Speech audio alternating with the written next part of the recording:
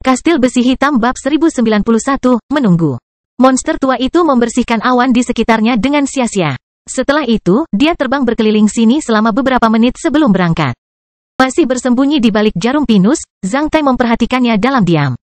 1 jam kemudian, monster tua itu muncul kembali di langit. Setelah memastikan bahwa tidak ada apa-apa di sini, dia menghela nafas panjang sebelum terbang mundur. Pada saat ini, seekor ular berbisa berwarna-warni memanjat ke arahnya dari batang pohon pinus. Saat ia membuka mulutnya lebar-lebar dan berniat memakan kumbang kecil itu dengan santai melompat dan berbalik di udara sebelum jatuh ke kepala ular berbisa itu. Pada saat yang sama, ia mengeluarkan sedikit ki. Kumbang kecil ini jelas merupakan makhluk hidup yang ganas.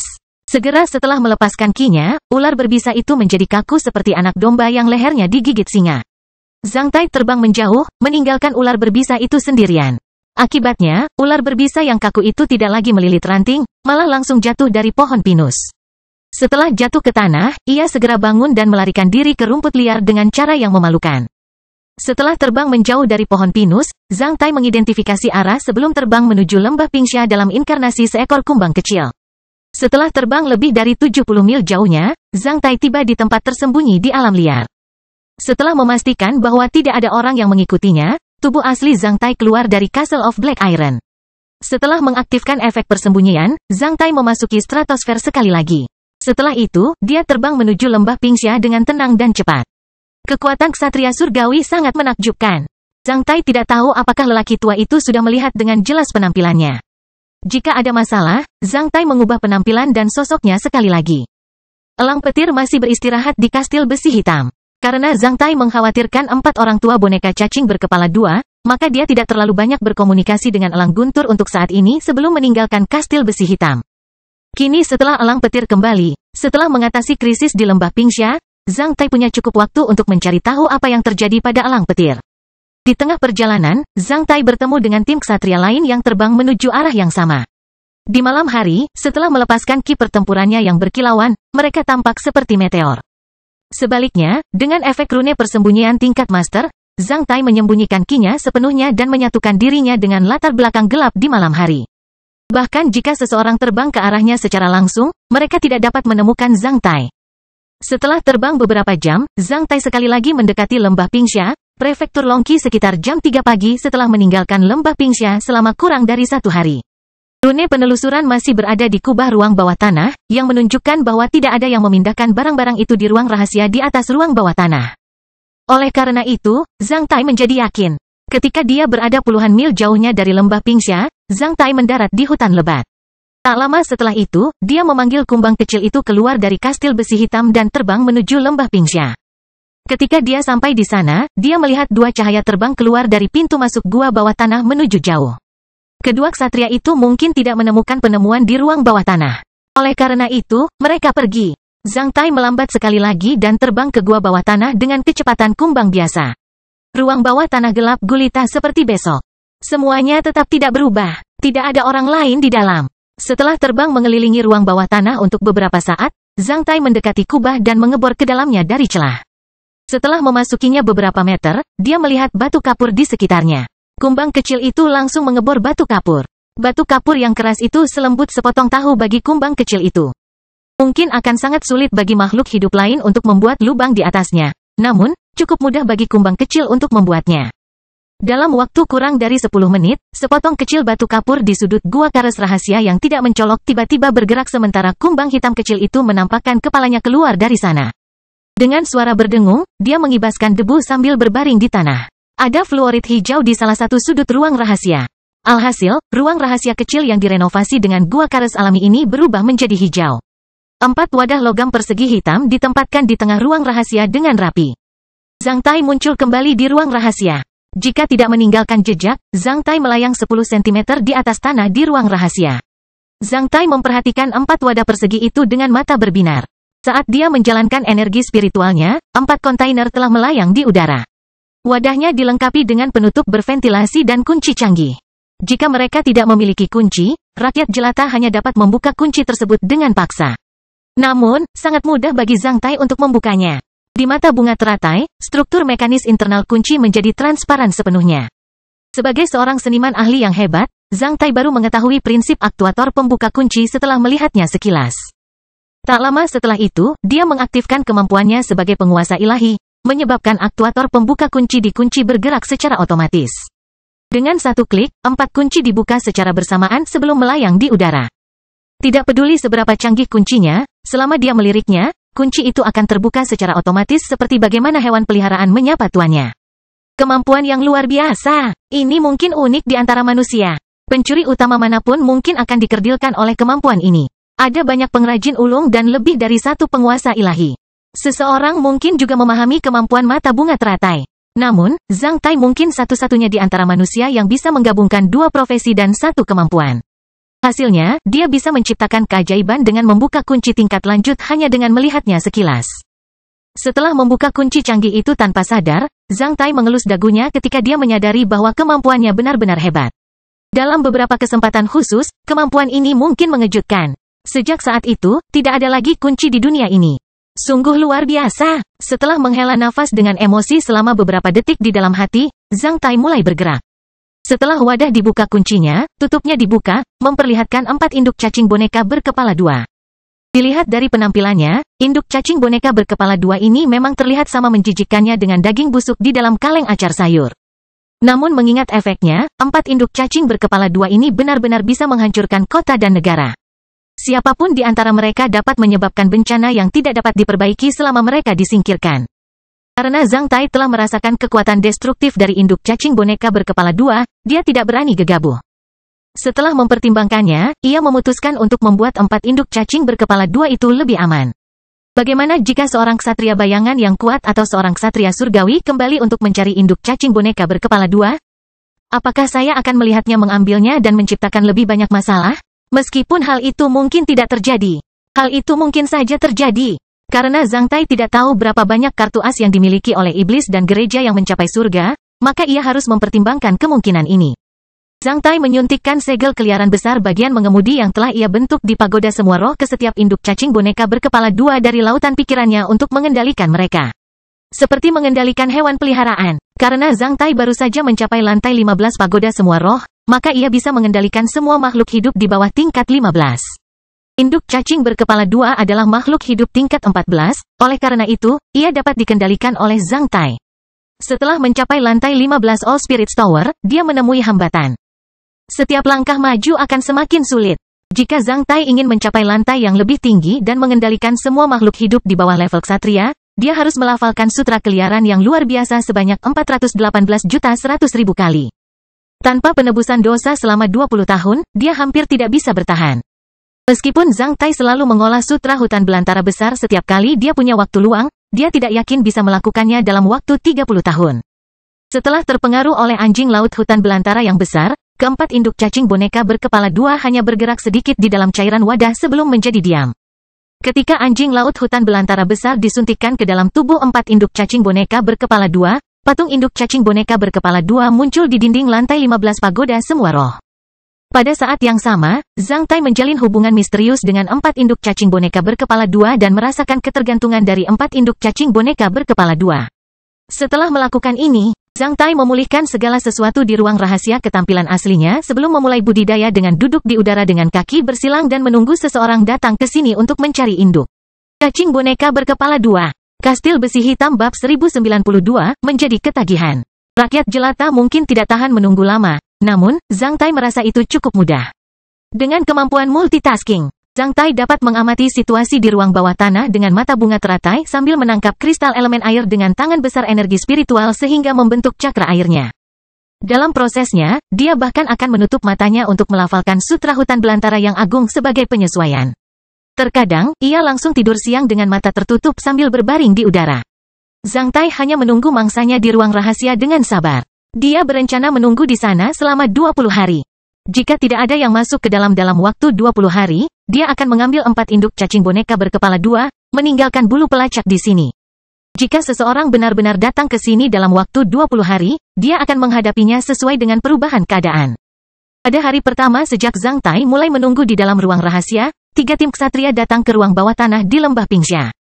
Setiap kali beberapa ksatria memasuki ruang bawah tanah, Zhang Tai akan menyaksikan orang-orang itu berkeliling di ruang rahasia yang tampak seperti sebuah kotak di lapangan bermain dengan dinding setebal puluhan meter di antara mereka. Perasaan yang luar biasa. Zhang Tai bisa melihat mereka, namun mereka tidak bisa melihat Zhang Tai. Segalanya transparan satu arah bagi Zhang Tai. Dalam 1 minggu ke depan, 2 hingga 4 tim ksatria akan datang ke sini setiap hari. Namun, tidak satu pun dari mereka dapat menemukan apapun. 1 minggu kemudian, jumlah ksatria yang datang ke lembah Pingsha tiba-tiba berkurang. Hanya 1 sampai 2 tim ksatria yang datang ke sini setiap hari. Seperti dugaan Zhang Tai, setelah peristiwa di Provinsi Zhongzhou terjadi selama lebih dari sebulan, mereka yang bisa datang ke sini sudah hampir datang ke sini. Mereka yang tidak bisa datang ke sini mungkin sudah mengetahui situasi di lembah Pingsha melalui berbagai saluran.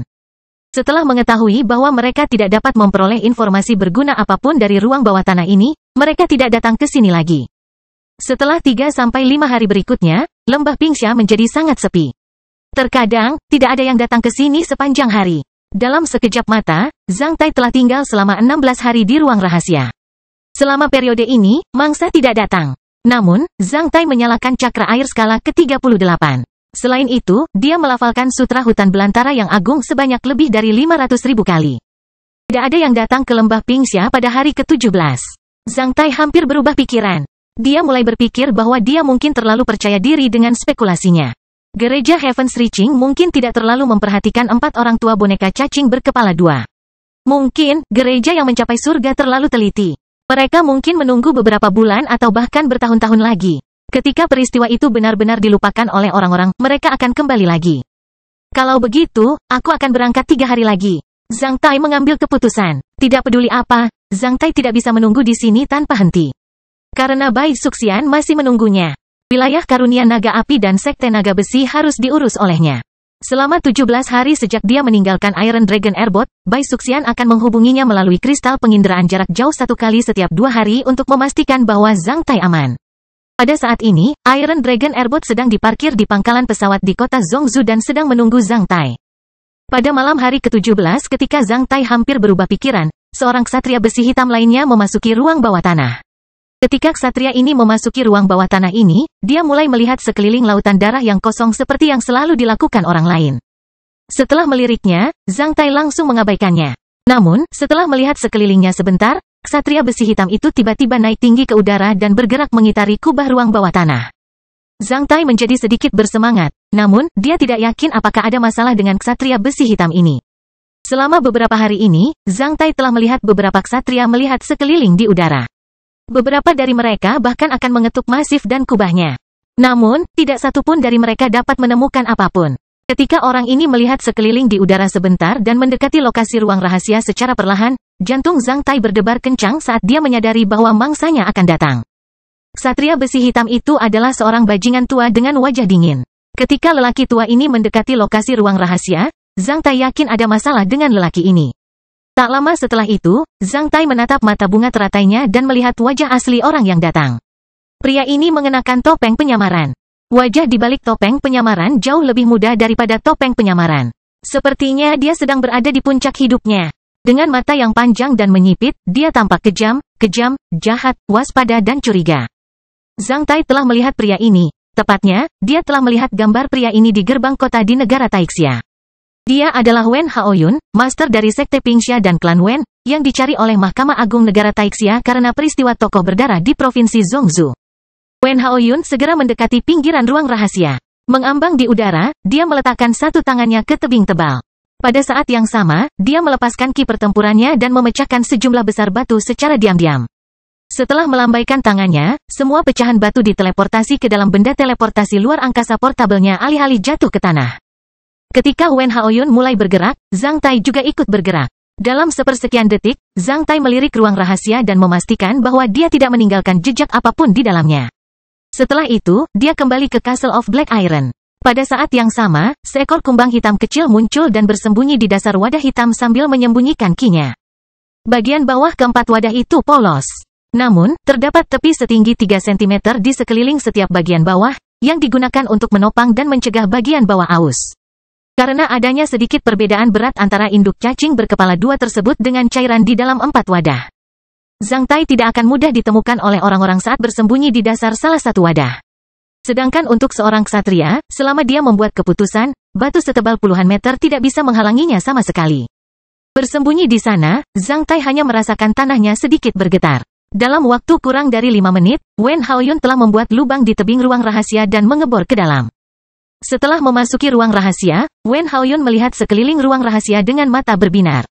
Ketika dia menemukan bahwa semuanya tetap tidak berubah di ruang rahasia dan 4 kontainer masih tergeletak di sana, dia segera merasa tenang sambil menghela nafas. Pada saat ini, tidak peduli seberapa kaya imajinasi yang dia miliki, dia tidak dapat membayangkan bahwa seseorang telah memasuki ruang rahasia ini dalam inkarnasi serangga aneh. Wen Haoyun segera menyingkirkan fluorid itu. Setelah itu, dia mengangkat pegangan 2 kontainer dengan masing-masing tangan dan keluar dari gua kares rahasia ini secepat yang dia bisa. Setelah keluar dari gua kares rahasia, Wen Haoyun tidak langsung pergi. Sebaliknya, setelah bergerak mundur puluhan meter, Wen Haoyun melayang di udara. Tak lama setelah itu, ki pertempurannya mengamuk. Dia mulai melepaskan ki pertempuran tingkat ksatria dengan menendang. Berjarak puluhan meter, banyak bebatuan yang berjatuhan dari kubah. Sementara itu, pecahan batu di benda teleportasi luar angkasa miliknya juga ditumpahkan olehnya. Dalam waktu kurang dari 5 menit, gua kares alami tempat ruang rahasia bawah tanah berada telah dihancurkan sepenuhnya olehnya. Setelah melakukan ini, Wen Haoyun dengan santai membuat beberapa lubang besar lagi di kubahnya. Setelah itu, dia langsung terbang menuju tanah secepat sambaran petir. Kumbang kecil itu telah melihat apa yang telah dilakukan Wen Haoyun. Orang ini memang teliti dan berpengalaman. Melalui kehancuran seperti itu, dia sepenuhnya menghapus jejak ruang rahasia itu dan menghancurkan buktinya. Kemudian, meskipun orang-orang di Mahkamah Agung datang ke sini untuk memeriksa situasi sekali lagi, mereka hanya bisa berpikir bahwa beberapa ksatria sedang menjelajahi sesuatu di sini. Mereka tidak akan pernah membayangkan bahwa ada ruang rahasia di dalam kubah, belum lagi beberapa item di ruang rahasia telah diambil. Saat Wen Haoyun terbang keluar dari pintu masuk gua bawah tanah, seorang pria berjubah sutra boa hitam terbang ke sini. Mengingat kinya, dia adalah seorang ksatria bumi. Setelah tinggal di ruang bawah tanah selama 17 hari, ketika Zhang Tai keluar dari sana sekali lagi, dia menemukan bahwa di luar masih gelap gulita. Selain itu, cuacanya mendung tanpa bintang berkilauan di langit. Kelembapan dan dinginnya udara juga menandakan bahwa lembah Pingxia selalu berawan akhir-akhir ini. Bagaimana? Pendatang baru itu bertanya pada Wen Haoyun. Pada saat yang sama, dia melirik ke 4 kontainer di tangan Wen Haoyun. Semuanya baik-baik saja. Belum ditemukan. Wen Haoyun melihat sekeliling dengan waspada sebelum bertanya, apakah di luar baik-baik saja? Tidak apa-apa, aku sudah mengamati tempat ini selama berhari-hari. Hampir tidak ada yang datang ke sini selama beberapa hari. Ksatria bumi berjubah hitam itu menjawab, sekarang kita sudah mendapatkan barangnya, ayo kita segera pergi dari sini. Tuan muda masih menunggu kita.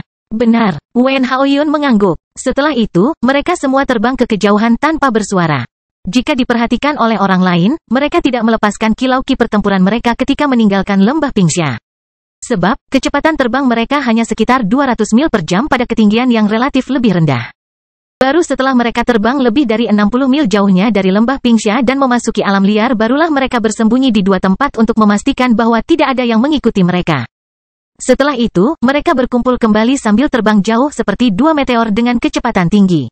Kastil Besi Hitam bab 1093 menargetkan pelakunya. Kumbang kecil itu bersembunyi erat di tepi dasar wadah. Karena efek keterampilan bersembunyi, kumbang kecil itu menyembunyikan kinya sepenuhnya. Bahkan warnanya sudah berubah sama dengan dasar wadah. Jika tidak terbalik, sulit untuk melihat kumbang kecil di dekat tepi dasar wadah. Zhang Tai tidak terkejut karena Wen Haoyun punya pasangan. Sekarang gereja Heaven's Reaching sedang bersiap untuk membuat masalah di provinsi Zhongzhou. Jika Wen Haoyun tidak memiliki pasangan, itu akan sangat aneh. Yang paling mengejutkan Zhang Tai adalah tuan muda yang disebutkan oleh kedua orang tersebut. Zhang Tai tahu bahwa dia benar-benar berhasil menangkap ikan besar kali ini. Jika dia bisa mengetahui status tuan muda itu dan kekuatan di punggungnya, Zhang Tai mungkin bisa menemukan pelaku yang menjebaknya. Semuanya terjadi begitu tiba-tiba sehingga Zhang Tai hampir tidak percaya. Namun, setelah mempertimbangkannya sebentar, Zhang Tai menyadari bahwa semuanya terjadi secara alami. Selain Zhang Tai sendiri, siapa lagi yang bisa melihat ruang rahasia di kubah ruang bawah tanah? Siapa lagi yang bisa bersembunyi di ruang rahasia dalam inkarnasi seekor kumbang kecil dan meminta kedua orang itu membawanya untuk bertemu dengan apa yang disebut tuan muda? Meski terlihat seperti kebetulan, perkembangan peristiwa tersebut terutama ditentukan oleh kekuatannya secara keseluruhan selain keberuntungan. Jika Zhang Tai tidak memiliki begitu banyak kartu truf dan kekuatan bertarung yang hebat, Dia mungkin tidak akan meminta kedua orang itu membawanya untuk bertemu dengan yang disebut Tuan Muda, bahkan jika dia bisa mengetahui perilaku waspada dari kedua orang tersebut. Dewa membantu mereka yang membantu dirinya sendiri. Untungnya, Zhang Tai menggunakan inkarnasi kumbang kecil itu. Jika Zhang Tai berada di luar pada saat ini, setelah mendengar percakapan seperti itu, jantungnya hampir melompat keluar dari mulutnya karena kegembiraan. Setelah menjadi kambing hitam selama hampir 4 tahun, saat muncul ke permukaan bumi, Zhang Tai merasa akhirnya mendapat keberuntungan. Sebaliknya, pelakunya mulai mengalami kesialan terus-menerus. Setiap anjing memiliki harinya masing-masing. Setelah Wen Haoyun dan Ksatria Bumi berjubah hitam terbang lebih dari 2 jam dan meninggalkan lembah Pingxia sejauh sekitar 600 mil, mereka melihat sebuah perahu udara di awan di depan mereka.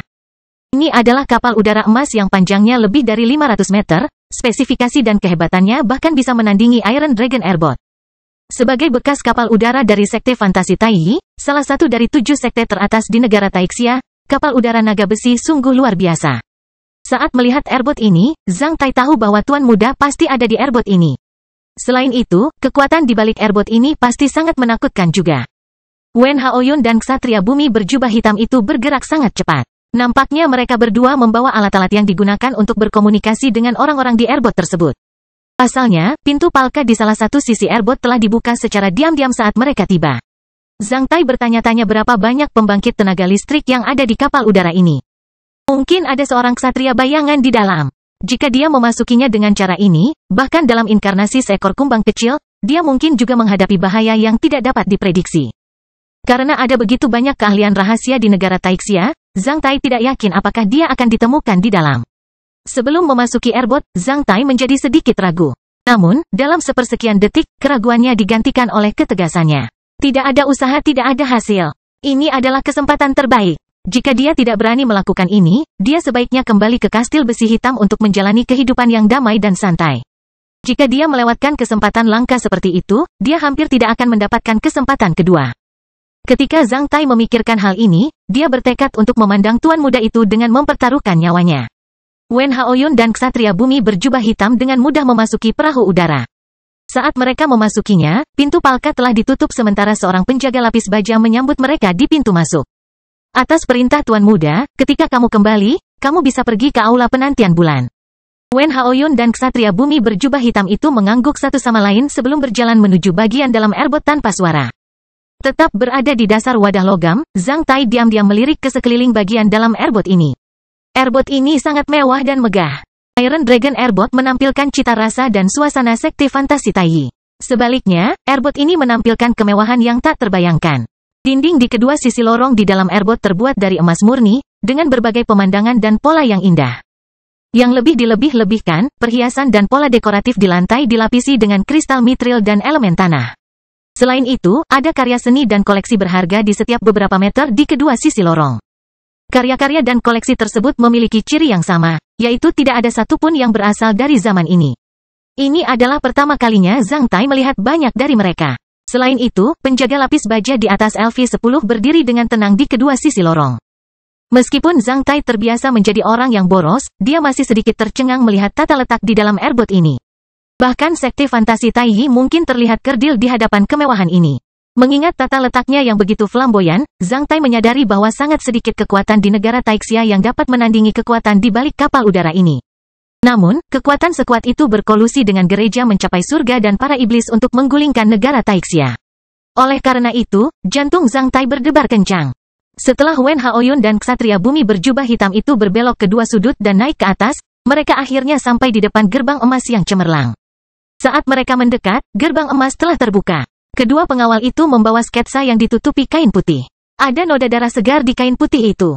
Saat mereka bersentuhan satu sama lain, pergelangan tangan yang telanjang, pucat, ramping dan indah tiba-tiba terkulai ke bawah.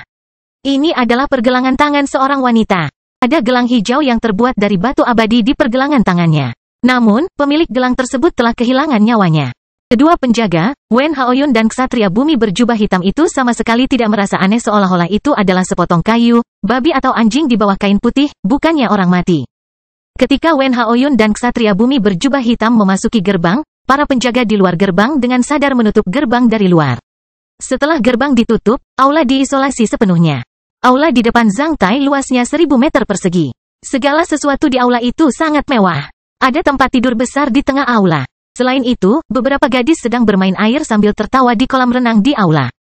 Namun, seluruh ruangan dipenuhi dengan bau darah yang menyengat, yang tidak sesuai dengan suasana menyenangkan gadis-gadis itu. Seorang pria berambut panjang sedang sibuk melakukan sesuatu di atas meja dengan jubah malam longgar. Setelah mendengar langkah kaki di belakangnya, pria itu bahkan tidak berbalik. Sebaliknya, dia terus memikirkan urusannya sendiri. Wen Haoyun dan ksatria bumi berjubah hitam tidak berani mengganggunya. Mereka hanya berdiri diam 10 meter di belakang pria itu. Apakah kamu sudah menyelesaikan tugasnya? Pria itu bertanya dengan tenang saat dia masih sibuk melakukan sesuatu di atas meja. Tuan muda, kami telah mencapainya. Kami telah mengeluarkan 4 induk cacing boneka berkepala 2 dan tidak menemui masalah apapun dalam perjalanan. Ksatria bumi berjubah hitam menjawab dengan hormat. Bagus sekali. Ayahku mendapatkan cacing boneka induk berkepala 2 ini dari setan. Mereka sangat berharga. Dengan 4 cacing boneka induk berkepala 2, kita akan memiliki lusinan korps lagi dalam sepersekian detik di masa depan. Bahkan jika mereka jangan berkoordinasi dengan tokoh berdarah, mereka bisa menghancurkan sebuah provinsi juga. Pria berjubah malam berkata tanpa berbalik. Tapi kali ini agak berisiko. Jika kita ketahuan, kata ksatria bumi berjubah hitam karena khawatir. Hah? Ketahuan? Lalu kenapa? Pria itu hanya melambaikan tangannya yang berlumuran darah dengan tatapan ceroboh dan suaranya berubah tanpa ampun. Sekarang Mahkamah Agung Negara Taixia tidak dapat menemukannya. Tidak masuk akal bagi mereka untuk mencegahnya. Orang lain yang menemukannya. Ada begitu banyak talenta dalam hukum emas dan kekuasaan. Aku punya bawahan yang mahir dalam mencari harta karun. Setelah menemukan sesuatu di lembah Pingxia, mereka langsung membawanya kembali. Apakah itu ilegal? Bahkan jika kamu telah mengungkapnya jejak Anda dan Meng Haishan, Ketua Hakim Provinsi Zhongzhou mengikuti Anda, saya hanya akan menyerahkannya kepadanya sebagai perbuatan baik. Ngomong-ngomong, saya bisa menamparkan wajah Mahkamah Agung. Mengapa tidak? Tidak ada yang perlu ditakutkan. Setelah mendengar kata-kata pria itu, ksatria bumi berjubah hitam bertukar pandang dengan Wen Haoyun dalam diam. Ketika Zhang Tai mendengar kata-kata pria itu, dia sangat terkejut hingga anggota tubuhnya menjadi dingin. Hukum emas dan kekuasaan? Itu hukum emas dan kekuasaan? Jantung Zhang Tai berdebar kencang. Apapun yang terjadi, Zhang Tai tidak dapat membayangkan bahwa ia bisa menghadapi hal ini. Hukum emas dan kekuasaan, salah satu dari 7 sekte teratas di negara Taixia. Juga merupakan organisasi super dengan latar belakang Istana Kekaisaran Negara Taixia adalah pelaku yang menjebak saya? Hukum emas dan kekuasaan berkolusi dengan setan? Ironisnya, saya bergabung dengan Gold and Power Law dan menjabat sebagai manajer emas gelap di Gold and Power Law. Bodohnya aku, otak Zhang Tai kosong. Setelah terdiam beberapa saat, otak Zhang Tai mulai bekerja keras. Ahli hukum emas dan kekuasaan adalah kanselir keuangan, salah satu dari 9 kanselir terbaik di negara Taixia. Mengingat hal ini, Zhang Tai menyadari siapa pelakunya. Setelah memulihkan ketenangannya, semakin banyak informasi muncul di benak Zhang Tai. Dia secara bertahap memikirkan banyak hal. Kastil Besi Hitam Bab 1094, investigasi yang melelahkan. Hukum emas dan kekuasaan adalah sekte paling awal yang disentuh oleh Zhang Tai. Karena hubungan antara Zhang Tai dan Donder, Gold dan Power Law telah cukup banyak terlibat dalam hidupnya dan mengenalnya dengan cukup baik. Dapat dikatakan bahwa hukum emas dan kekuasaan telah menyaksikan dia tumbuh dari seorang anak lelaki biasa di kota Black Hot menjadi seorang ksatria terkenal. Gold and Power Law telah mengetahui pengalamannya di anak benua Wai dan kartu asnya di hutan belantara es dan salju dengan cukup baik. Sebenarnya, hukum emas dan kekuasaan memahami Zhang Tai lebih baik daripada istana Huaiyuan. Sebelumnya, Zhang Tai mengira bahwa tragedi di kota Fuhai adalah balas dendam dari gereja Heaven's Reaching karena ia telah menimbulkan kerugian besar pada gereja Heaven's Reaching di provinsi Yuzhou. Balas dendamnya terjadi begitu cepat dan dahsyat hingga ia hampir kehilangan nyawanya. Kini, dia menegaskan bahwa tragedi di kota Fuhai adalah balas dendam dari gereja Heaven's Reaching. Pelakunya memang ingin membunuh Zhang Tai. Namun, balas dendam yang begitu sengit dan tanpa ampun jelas bukan karena Zhang Tai telah menimbulkan kerugian besar pada gereja Heaven's Reaching. Ada satu alasan penting lagi, yaitu bahwa pelaku di balik hukum emas dan kekuasaan sangat jelas mengenai proses pertumbuhan Zhang Tai. Mereka tahu kartu asnya, kemampuan dan kemampuannya. Saya bangkit seperti komet yang menarik perhatian di anak benua Wai. Setelah saya datang ke negara Taixia, saya tampil menonjol dalam kompetisi gubernur provinsi Yuzhou. Setelah itu, saya menimbulkan kerugian besar pada gereja mencapai surga di provinsi Yuzhou dan menjadi terkenal di seluruh dunia. Karena potensi saya, kemampuan pertumbuhan, kartu truf saya, pelakunya menjadi sedikit takut karena dia merasakan ancaman. Oleh karena itu, dia mengacaukanku dan ingin membunuhku sebelum aku menjadi dewasa. Pelakunya visioner. Dia tahu bahwa itu akan menjadi hambatan besar jika aku menjadi dewasa sepenuhnya. Yang lebih ditakuti oleh pelakunya adalah dia masih tidak tahu bagaimana saya bisa bangkit begitu cepat. Dia bahkan tidak bisa mengetahui kartu trufku yang sebenarnya. Bagaimana aku bisa membuat pencapaian yang begitu mengejutkan di hutan belantara es dan salju dan menjadi penyelamat para Slavia seperti yang diramalkan oleh utusan dan Paus Agung Slavia? Menghadapi ketidakpastian dan potensi faktor berbahaya ini, metode teraman adalah membunuh Zhang Tai dengan kecepatan tercepat. Tokoh-tokoh yang galak dan berkuasa harus menjadi penentu. Balas dendam antara Partai Gobling dan aku serta berita bahwa aku akan melamar Fan Clan di Provinsi Yingzhou memberikan kesempatan bagi pelakunya untuk menjebak Zhang Tai di kota Fuhai. Ironisnya, ketika saya datang ke Provinsi Yingzhou, saya bahkan memperhatikan hukum emas dan kekuasaan tentang jadwal saya dalam identitas manajer emas gelap hukum emas dan kekuasaan dan bersiap untuk menggunakan kekuatan hukum emas dan kekuasaan. Ketika berada dalam kesulitan di Provinsi Yingzhou, itu hanyalah mencari kematian. Apakah Donder anggota gereja pencapaian surga? Berapa banyak informasi tentang diriku yang telah diberikan Donder kepada gereja yang mencapai surga? Setelah mengetahui hubungan biasa yang dia temui di kota Fuhai, Zhang Tai segera merasa berpikiran jernih. Sementara itu, sebuah pemikiran muncul di benak Zhang Tai. Tidak, Donder jelas bukan anggota gereja Heaven's Reaching. Dia seharusnya tidak bersalah tentang tuan dari sekte emas dan kekuasaan yang menjebakku. Donder hanyalah mata-mata hukum emas dan kekuasaan di kota Black Hawk. Bahkan sekarang, Donder hanyalah seorang manajer emas cemerlang di bidang hukum emas dan kekuasaan dan tidak dapat menyentuh rahasia sebesar itu. Jika Donder bisa mengetahui rahasia besar ini, bagaimana mungkin ahli hukum emas dan kekuasaan, juga Menteri Keuangan Negara Taixia bisa duduk di posisi ini dengan mantap? Tidak hanya Donder, bahkan beberapa manajer dan direktur dengan level yang lebih tinggi dalam hukum emas dan kekuasaan tidak dapat mengetahui bahwa ada masalah dengan majikannya. Meskipun hukum emas dan kekuasaan adalah salah satu dari 7 sekte teratas di negara Taixia, bentuk organisasinya sangat berbeda dibandingkan sekte lainnya. Anggotanya lebih seperti anggota klub atau organisasi industri. Posisi mereka dalam hukum emas dan kekuasaan ditentukan oleh kontribusi dan akumulasi poin mereka. Anggota hukum emas dan kekuasaan mencapai tujuan organisasi melalui kerjasama, bukan memberikan atau menerima perintah. Apapun itu, sebagai orang Hua, sebagian besar orangnya adalah patriotik sejak mereka lahir. Ada banyak orang yang setia dan berani di negara Taixia. Rupanya, tidak semua anggota organisasi canggih seperti Gold and Power Lao adalah pria yang jujur. Namun, setidaknya tidak ada seorang pun yang diinginkan oleh Mahkamah Agung dalam UU Emas dan Kekuasaan. Itu lebih seperti lelucon jika Anda memperlakukan setiap anggota hukum emas dan kekuasaan sebagai pemberontak dan antek iblis. Sampai batas tertentu, anggota hukum emas dan kekuasaan, terutama anggota senior, adalah penerima manfaat dari tatanan yang ada di kalangan masyarakat Hua di negara Taixia. Tentu saja, mereka akan mempertahankan tatanan ini atas inisiatif mereka sendiri daripada berpikir untuk menggulingkannya, yang akan bertentangan dengan kepentingan kelas mereka. Pendiri hukum emas dan kekuasaan adalah Istana Kekaisaran Negara Taixia dan Kaisar Xuanyuan. Sebagai salah satu dari 9 menteri di negara Taixia, masing-masing kanselir keuangan menjabat sebagai ahli hukum emas dan kekuasaan. Sejujurnya, ahli hukum emas dan kekuasaan seperti posisi setengah resmi yang ditunjuk oleh Istana Kekaisaran dan Kaisar Xuanyuan. Sebagai ahli hukum emas dan kekuasaan dan salah satu kanselir tertinggi di negara Taixia, orang tersebut dapat mengerahkan banyak sumber daya hukum emas dan kekuasaan demi keuntungannya sendiri. Menarik beberapa tentara yang berani mati ke sisinya dalam hukum emas dan kekuasaan, dan membuat banyak plot. Namun, dia tidak pernah bisa mengasimilasi kekuatan hukum emas dan kekuasaan sebagai kekuatannya sendiri. Seorang komandan wilayah militer atau gubernur provinsi di negara Taixia tidak dapat memperlakukan seluruh wilayah militer atau provinsi sebagai wilayah dan wilayah pengaruhnya sendiri. Ketika para manajer dan direktur lama mengundurkan diri berdasarkan undang-undang emas dan kekuasaan, maka yang baru akan menggantikannya. Mereka, masalahnya adalah berapa banyak ranjau yang telah dikubur oleh pelakunya di negara Taixia sebagai kanselir keuangan?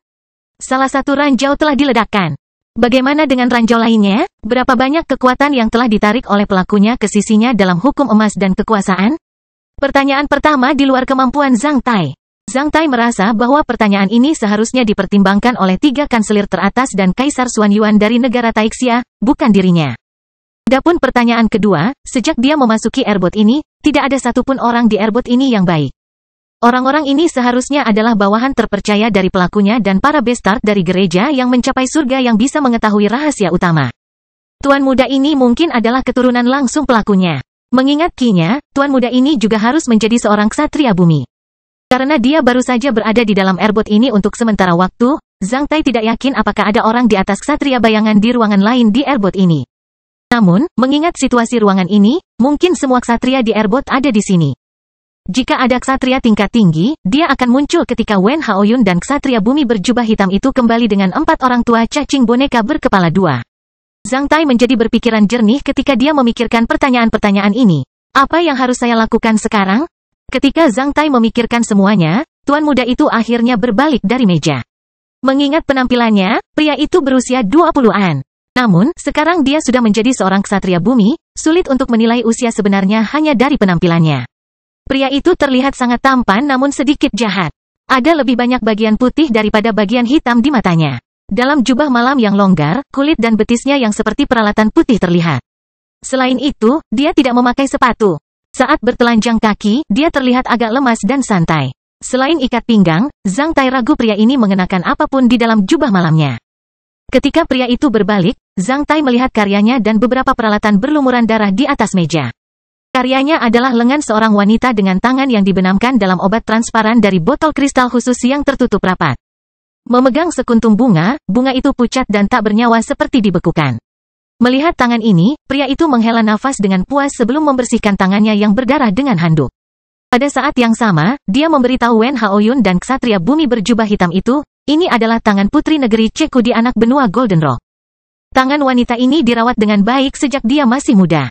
Tangannya dicuci oleh manusia, susu sejak umur 8 tahun, sehingga kulitnya cukup kenyal.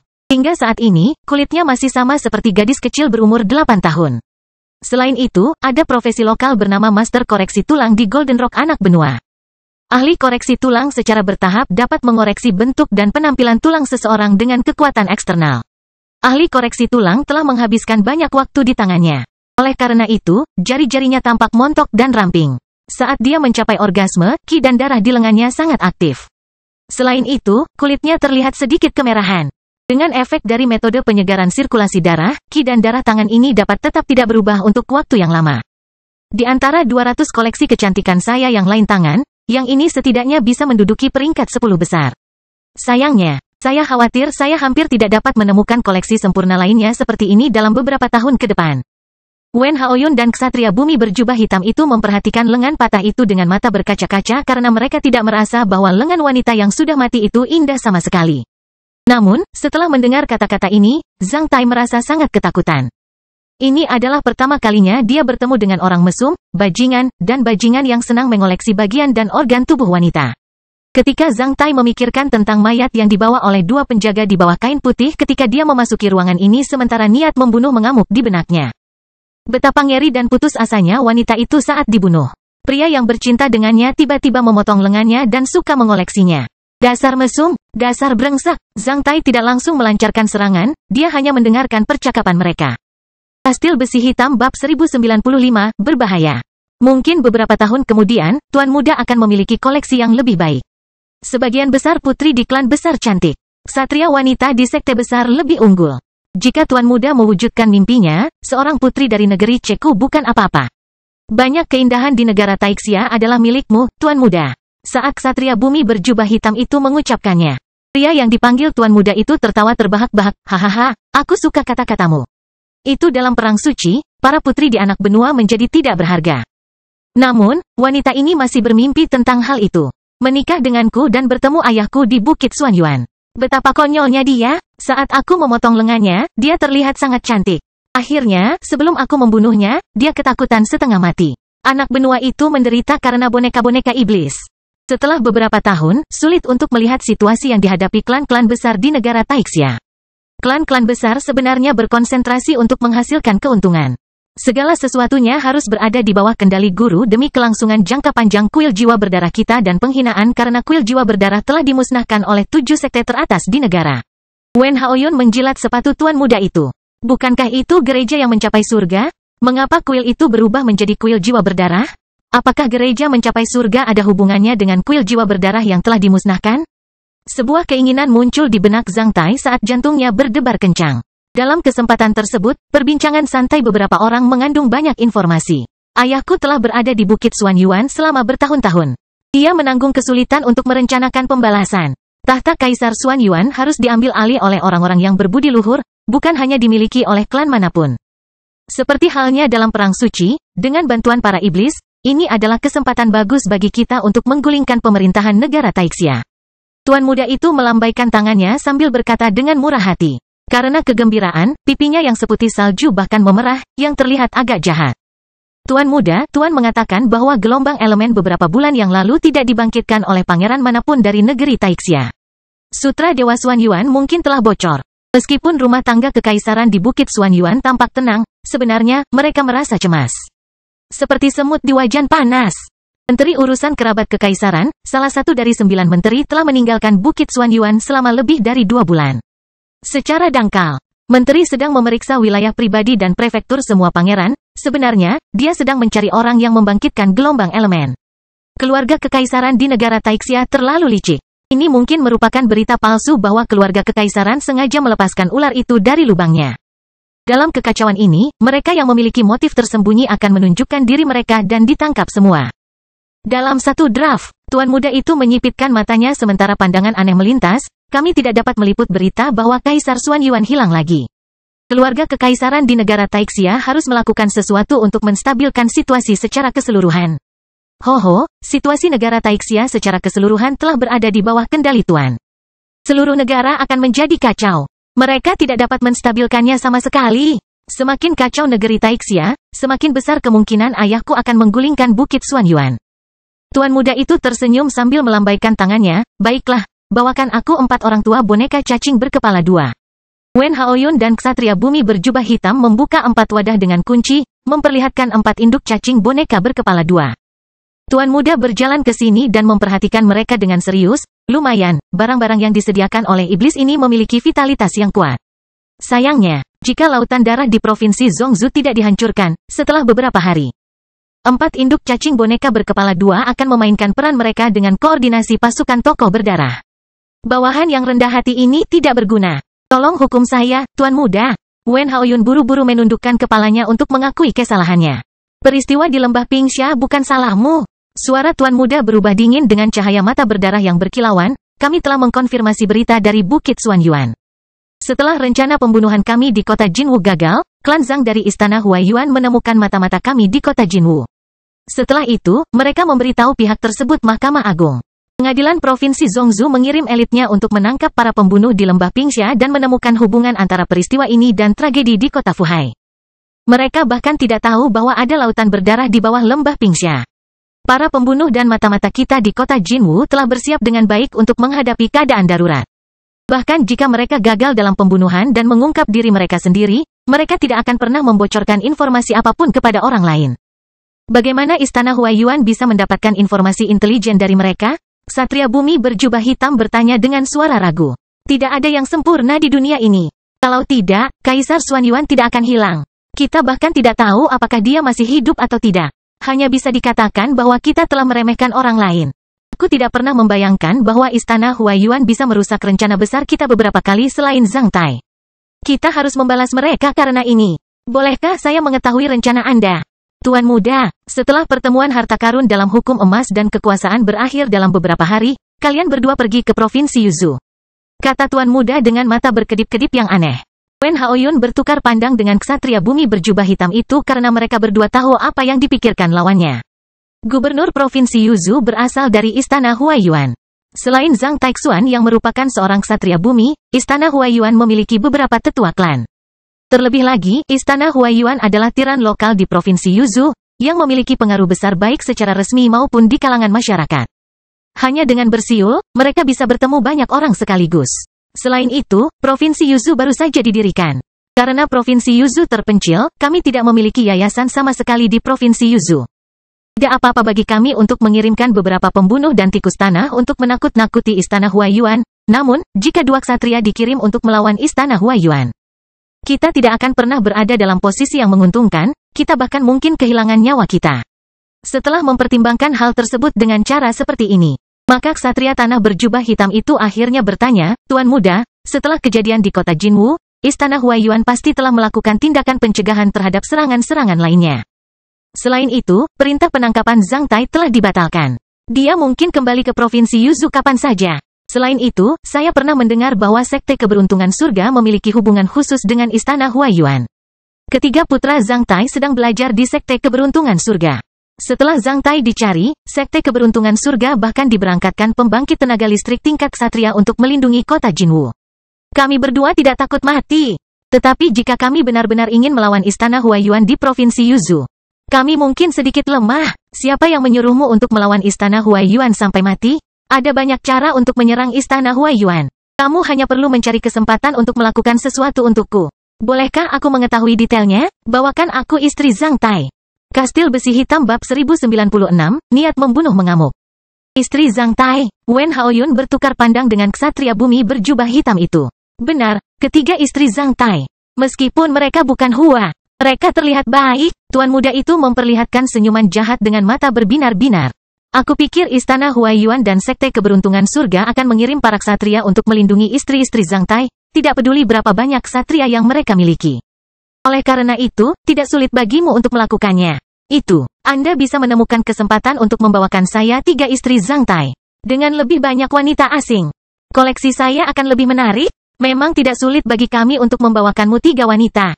Ksatria bumi berjubah hitam itu sedikit mengerutkan keningnya sambil melanjutkan, tapi kenapa? Zhang Tai bisa memiliki banyak wanita cantik selama dia mau. Ksatria bumi berjubah hitam itu benar. Di zaman ini, sebagian besar ksatria dapat memiliki wanita cantik sebanyak mungkin kecuali yang tercantik di dunia. Di mata para ksatria, wanita biasa sama seperti pakaian mereka, yang bahkan tidak bisa menandingi jubah sutra boa mereka. Wanita biasa adalah barang yang harganya murah dan mudah dipakai. Hahaha, kamu tidak tahu itu. Ketiga wanita itu bukanlah orang biasa, sebaliknya, mereka pernah mengalami kesulitan bersama Zhang Tai di anak benua Wei. Zhang Tai tidak bisa meninggalkan mereka. Dia telah menjaga mereka ketika berada di anak benua Wei. Akhirnya, dia membawa mereka ke negara Taixia. Mereka memiliki posisi tinggi di hati Zhang Tai dan keluarga Zhang Tai. Terbukti, mereka benar-benar berbeda dari istri ksatria pada umumnya. Tuan muda itu menggelengkan kepalanya sambil mengulurkan satu jari dan berkata dengan suara dingin, pertama. Putra dari 3 wanita telah terdaftar di Sekte Keberuntungan Surga. Ini menunjukkan bahwa Sekte Keberuntungan Surga berani melindungi Zhang Tai dan melawan kita. Jika kita menangkap ibu dari ketiga murid Sekte Heaven's Fortune, itu sama dengan menamparkan wajah Sekte Heaven's Fortune. Itu bisa mengejutkan Sekte Heaven's Fortune dan yang lainnya. Kita perlu memberitahu semua orang bahwa tidak ada yang bisa melawan kita tanpa harga apapun. Kedua, Zhang Tai telah meninggalkan Istana Huaiyuan selama beberapa tahun. Perintah penangkapannya juga telah dibatalkan. Dia harus bersiap untuk kembali ke Provinsi Yuzhou untuk bertemu anggota keluarganya.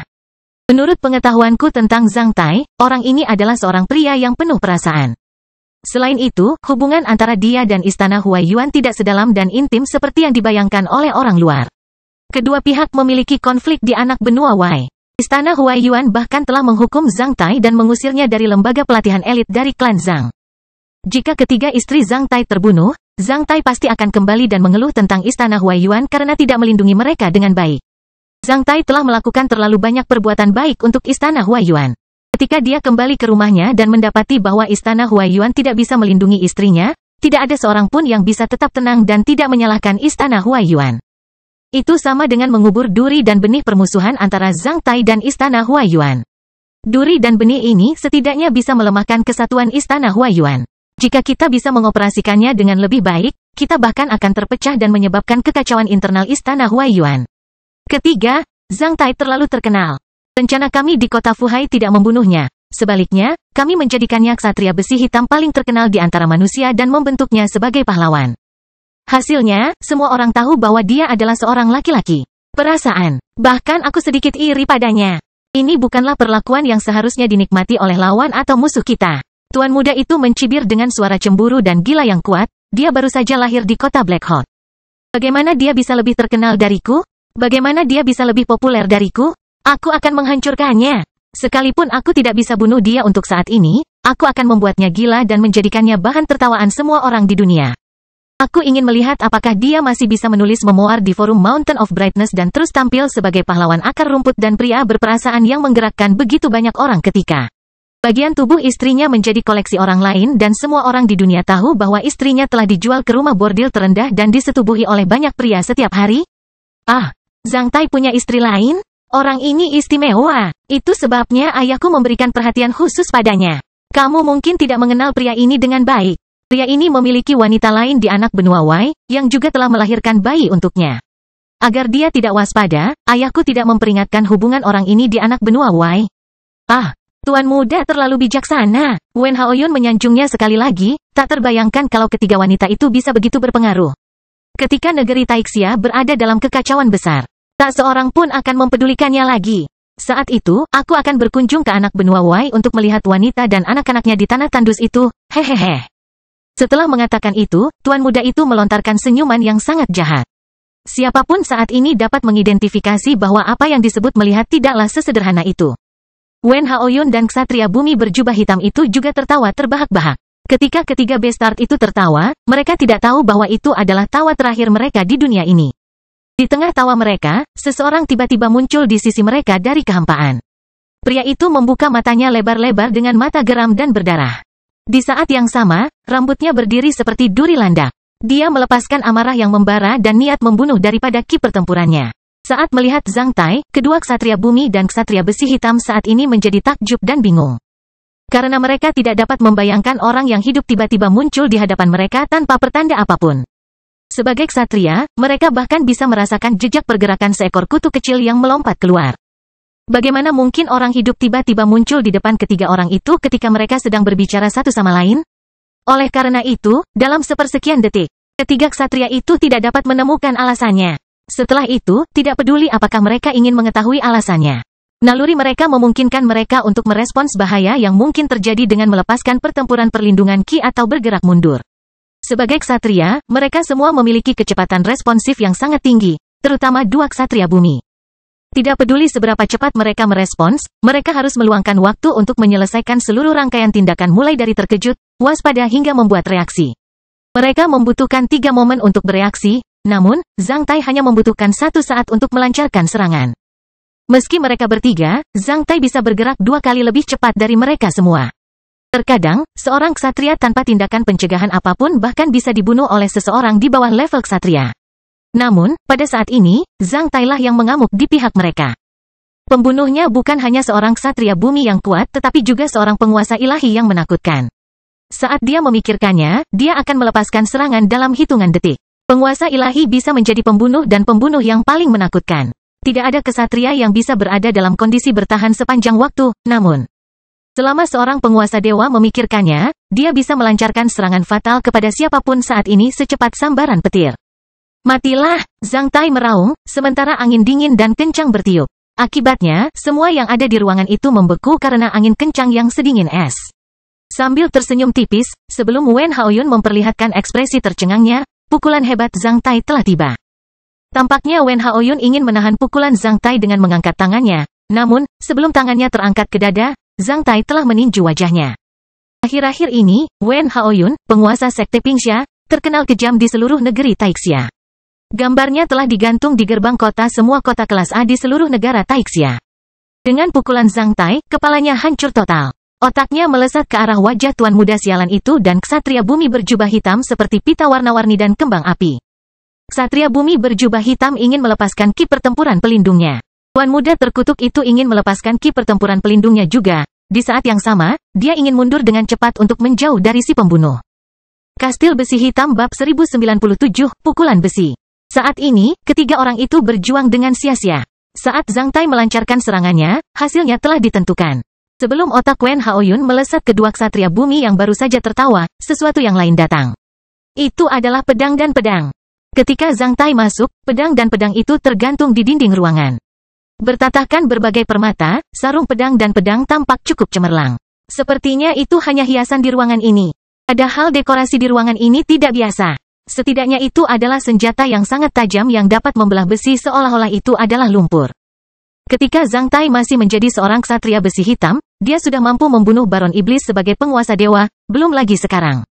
Dia telah dipromosikan menjadi seorang ksatria bumi. Selain itu, dia menyerbu mereka, tidak memberikan waktu bagi lawan untuk melakukan persiapan apapun.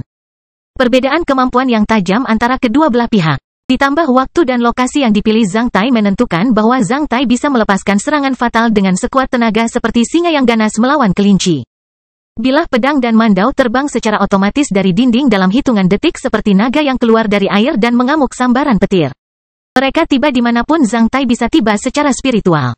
Dalam sepersekian detik, Ksatria Bumi berjubah hitam dan Tuan Muda Terkutuk itu telah mengeluarkan 8 bunga berdarah saat anggota tubuh mereka terbelah hampir pada saat yang bersamaan. Sampai saat itu, kedua Ksatria Bumi belum melepaskan ki pertempuran pelindung mereka. Mereka bahkan tidak merasakan sakit saat anggota tubuh mereka dipotong. Mereka juga tidak dapat mengeluarkan suara apapun. Mereka hanya merasakan anggota tubuh mereka langsung menjadi dingin sementara Zhang Tai menangkap kepala mereka dengan tangannya yang besar. Kedua Bestard itu tampak sangat terkejut. Mereka ingin pindah, namun mereka menemukan bahwa mereka telah kehilangan anggota tubuh mereka sementara ki pertempuran yang baru saja mengamuk di tubuh mereka melarikan diri dalam sepersekian detik. Baru setelah Zhang Tai menutupi dahi mereka dengan tangan, barulah kedua bajingan itu merasakan rasa sakit yang disebabkan oleh kehilangan anggota tubuh mereka.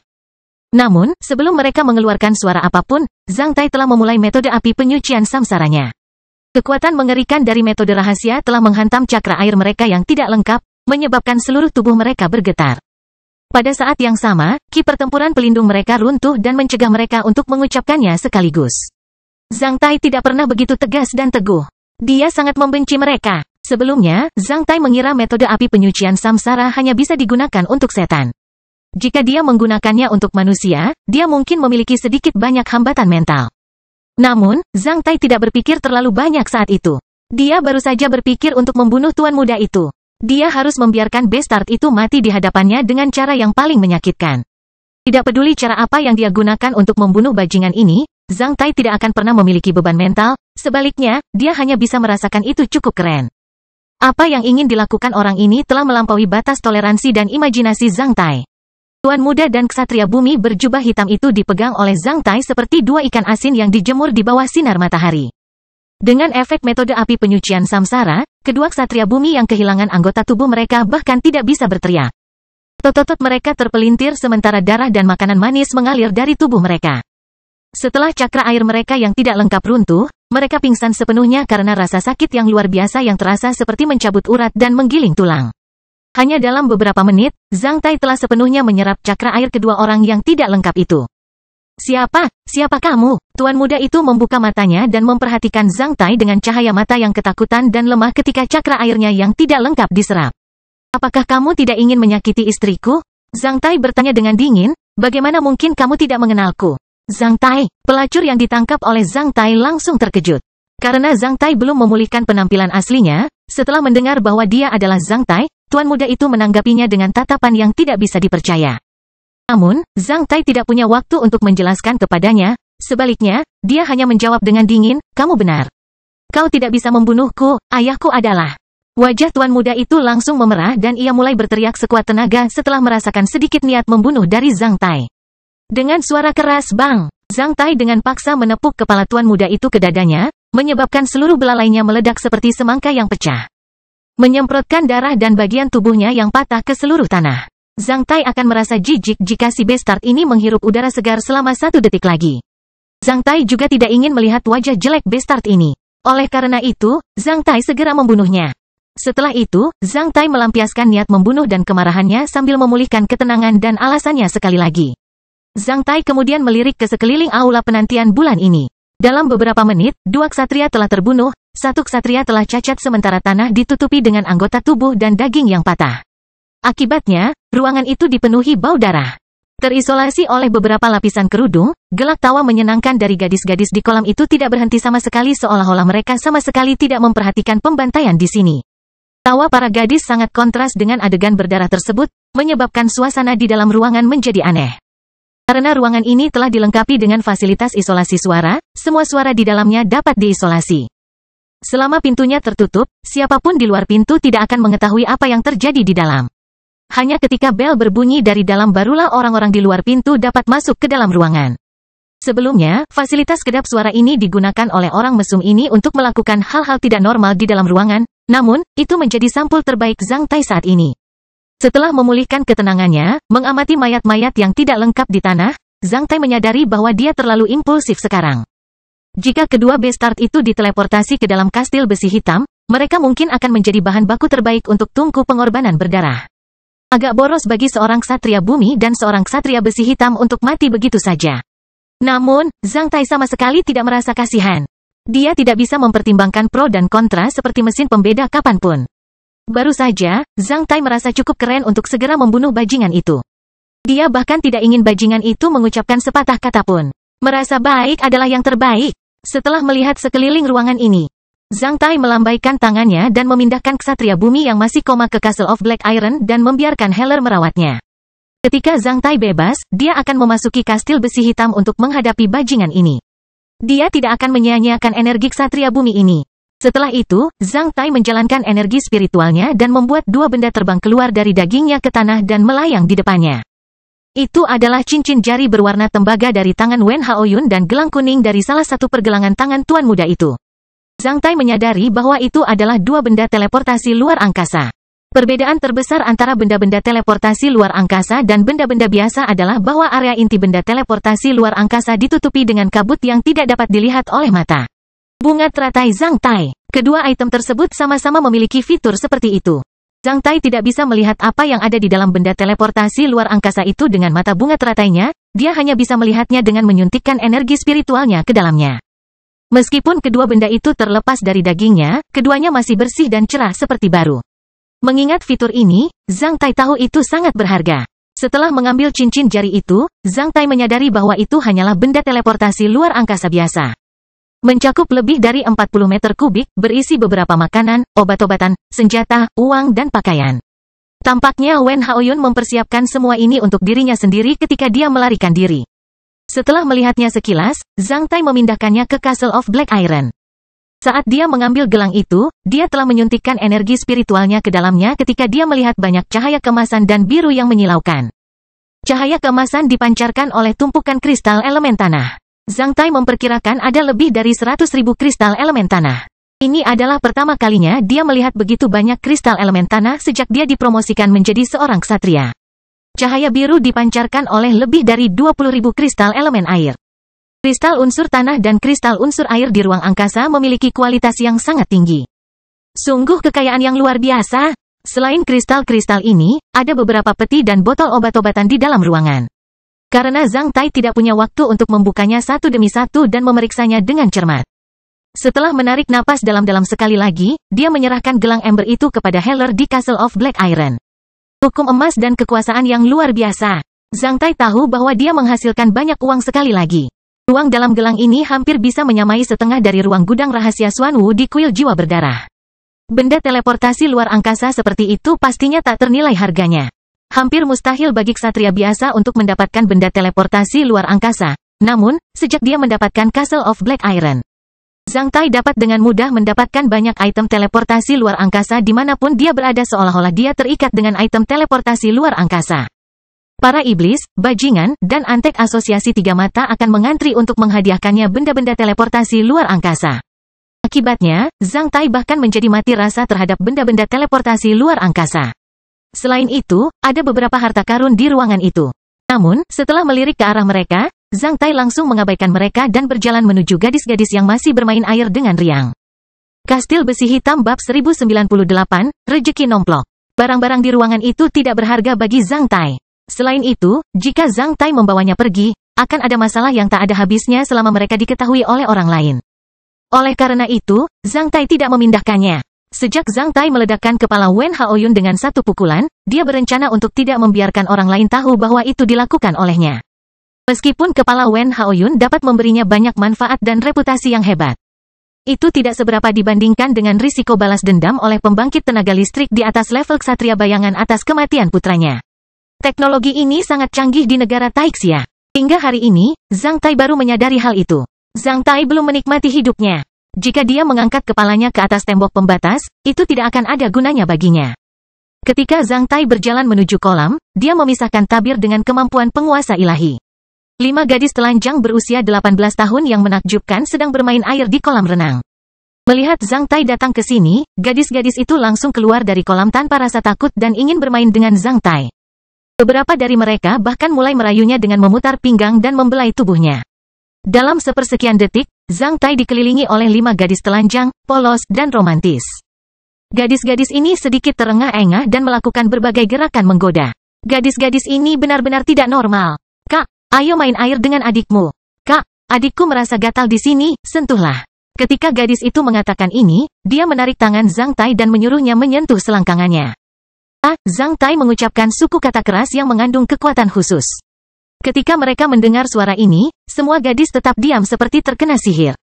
Saat gadis-gadis itu diam, mereka masih mengawasinya dengan senyuman menawan. Namun, ketika Zhang Tai menatap mata mereka dengan serius, dia mendapati mata mereka kosong. Pupil hitam itu seperti genangan air hitam, tidak bernyawa dan menakutkan. Zhang Tai menghela nafas dalam hati. Setelah mencoba keterampilan rahasia metode jiwa terlarang, Zhang Tai menyadari bahwa gadis-gadis ini telah diperbaiki.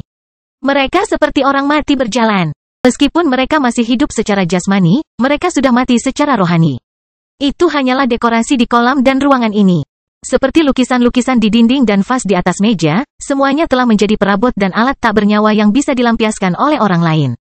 Tidak peduli apa yang terjadi di ruangan ini, mereka hanya akan bermain air dengan polos dan romantis seperti mesin di sini. Siapapun yang memasuki tabir dapat mengendalikan mereka dan menjadi tuan mereka. Itu adalah perabotan dan alat peraga yang paling canggih dan brutal. Jika kelima gadis itu baru saja diperbaiki dengan metode jiwa terlarang, Zhang Tai masih bisa menyelamatkan mereka. Namun, roh dan jiwa mereka telah lenyap. Semua gerakan mereka telah diatur sebelumnya. Bahkan makhluk abadi pun tidak bisa menyelamatkan mereka. Mereka lebih baik mati daripada hidup. Berapa banyak hal tidak berperasaan yang telah dilakukan oleh tuan muda yang disebut tuan muda itu? Semoga kamu bisa menjadi putri, istri, ibu orang lain, dan memiliki banyak anak di kehidupan selanjutnya. Semoga kamu memiliki kehidupan yang aman dan bertemu dengan orang-orang yang kamu cintai dan tidak pernah jatuh ke tangan orang jahat di kehidupan selanjutnya. Setelah membisikkan sesuatu kepada 5 gadis mirip patung, Zhang Tai sedikit menunjuk ke dahi mereka masing-masing. 5 gadis itu kemudian memejamkan mata kosong mereka di saat yang sama sambil berbaring di tanah dengan terengah-engah seperti tertidur. Mereka terbebas dari rasa sakit sepenuhnya. Semua makhluk hidup memiliki jiwa mereka. Meskipun mereka sudah kehilangan semangat, mereka masih bisa memahami kata-kata terakhir Zhang Tai. Ketika mereka akhirnya menutup mata, mereka meneteskan air mata pada saat yang bersamaan. Setelah lama memperhatikan noda air mata dan tubuh telanjang cantik mereka di tepi kolam, Zhang Tai akhirnya melepas cadar dan membungkus tubuh telanjang kelima gadis itu dengan itu. Setelah itu, dia memindahkan mereka ke kastil besi hitam dan menyuruh Edward mengubur mereka di bawah semak berbunga di Gunung Abadi. Setelah melakukan semua ini, ekspresi Zhang Tai berubah menjadi dingin sekali lagi. Dia berbalik dan melangkah menuju gerbang ruangan, diikuti oleh pedang dan pedang yang baru saja memotong anggota tubuh kedua ksatria bumi seperti ikan yang berenang. Ketika Zhang Tai berada 2 meter dari gerbang, gerbang emas terbuka secara otomatis. 2 baris penjaga lapis baja lengkap bersandar pada lengan mereka ke arah Zhang Tai. Saat melihat orang asing itu keluar dari ruangan dengan tatapan serius, mereka semua menjadi tercengang. Zhang Tai tidak meluangkan waktu bagi mereka untuk bersuara. Helm dan armor logam dari 10 penjaga itu roboh dan menyusut hampir pada saat yang bersamaan dengan kekuatan yang besar seolah-olah terbuat dari kertas.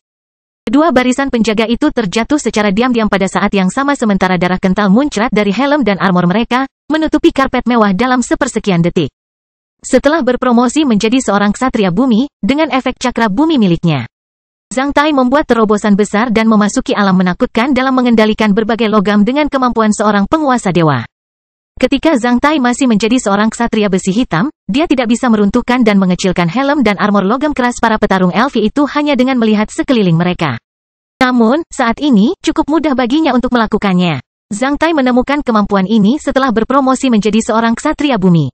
Dia kemudian menjadi lebih penasaran dengan kemampuan penguasa ilahi setelah berpromosi menjadi seorang ksatria bayangan. Setelah membentuk cakra bumi, saya memperoleh kemampuan luar biasa dalam mengendalikan logam yang diproduksi di bumi. Kemampuannya sebagai penguasa ilahi dapat beresonansi dengan logam. Meskipun terlihat sulit dipercaya, namun cukup mudah bagi Zhang Tai untuk melakukan hal itu.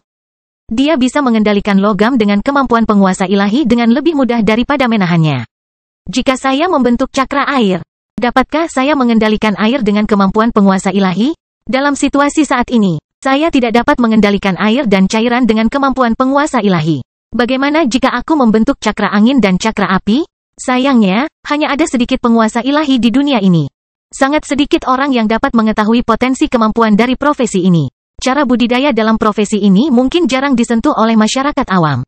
Oleh karena itu, saya harus menjelajahinya sendiri selangkah demi selangkah. Zhang Tai melintasi lorong yang penuh darah itu dengan tatapan mata berkaca-kaca. Setelah Zhang Tai dipromosikan menjadi seorang ksatria bumi, kemampuannya sebagai penguasa dewa terlalu menakutkan bagi mereka yang berada di bawah level ksatria. Hanya setelah melirik ke sekeliling mereka, Zhang Tai telah merobohkan helm dan armor mereka serta mematahkan kepala, kerangka, dan isi perut mereka. Menyebabkan helm dan armor mereka menjadi peti mati mereka sendiri. Zhang Tai membunuh semua orang yang dilihatnya mulai dari haluan hingga buritan kapal udara, dari bawah hingga atas. Tidak ada yang bisa mengeluarkan suara sebelum kematian. Pembantaian itu berlangsung secara diam-diam. Seperti yang diperkirakan oleh Zhang Tai, tidak ada lagi ksatria di kapal udara tersebut.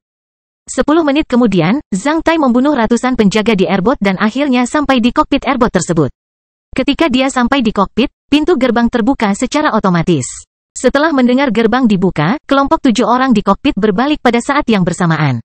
Zhang Tai masuk seolah tidak ada orang di dalam. Tak lama setelah itu, kokpit dipenuhi dengan suara retakan tulang dan percikan darah. Dalam hitungan detik, semua pekerja di kokpit dibersihkan. Ini, setelah Zhang Tai bisa mengemudikan kapal udara, maka ia juga bisa mengemudikan kapal udara karena kapal udara tersebut lebih mudah dioperasikan daripada kapal udara sebelumnya. Selain itu, airbot tersebut dilengkapi dengan fungsi autopilot. Setelah melihat sekilas peta navigasi airbot tersebut, Zhang Tai menemukan bahwa airbot tersebut sedang menuju pasar emas dan tenaga. Oleh karena itu, Zhang Tai mengubah arah dan ketinggian penerbangan AIRBOAT tersebut. Setelah berbelok, ia menyuruh airbot tersebut naik terus-menerus hingga hampir mencapai titik tertinggi. Ketika mendekati wilayah puncak stratosfer yang berpenduduk jarang, ia terbang ke arah timur dengan kecepatan maksimal. Sementara itu, Zhang Tai menutup semua pintu masuk airbot dan membiarkan airbot memasuki penerbangan jarak jauh yang sunyi. Setelah memperbaiki arah dan kecepatan navigasi airbot, Zhang Tai meninggalkan kokpit.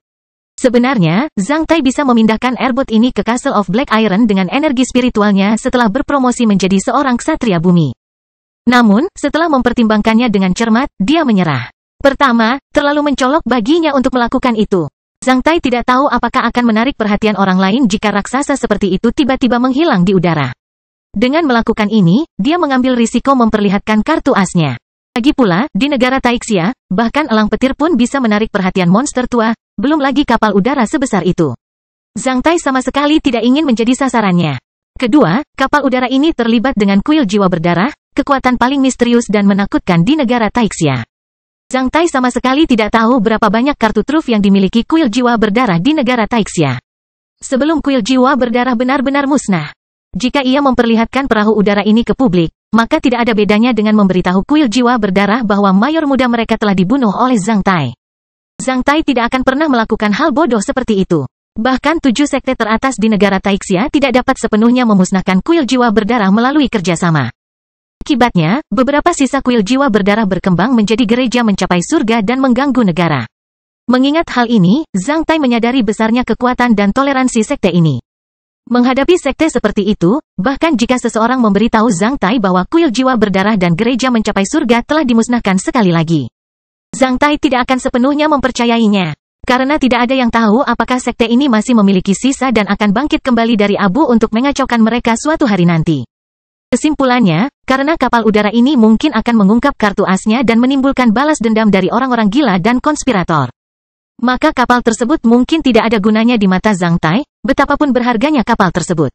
Jika dia menginginkan airbot, dengan kemampuan mata bunga teratai, dia bisa memiliki banyak peluang untuk mendapatkannya. Dia tidak perlu melakukan itu dengan resiko yang besar. Zhang Tai berpikiran jernih di hadapan godaan.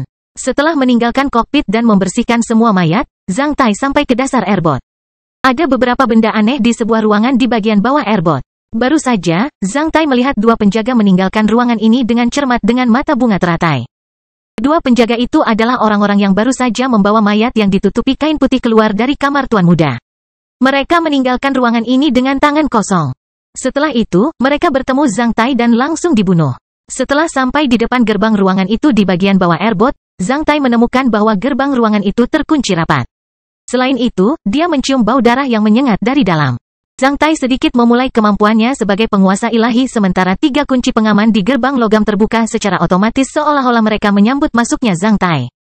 Setelah memasuki ruangan, Zhang Tai melihat sebuah toples besar setinggi 8 meter yang terbuat dari bahan super paduan kuat yang selalu digunakan untuk membuat helm dan pelindung senior. Selain itu, toples paduan besar itu ditutupi dengan beberapa rune eksotis. Di kedua sisi toples terdapat tangga dan pegangan tangan.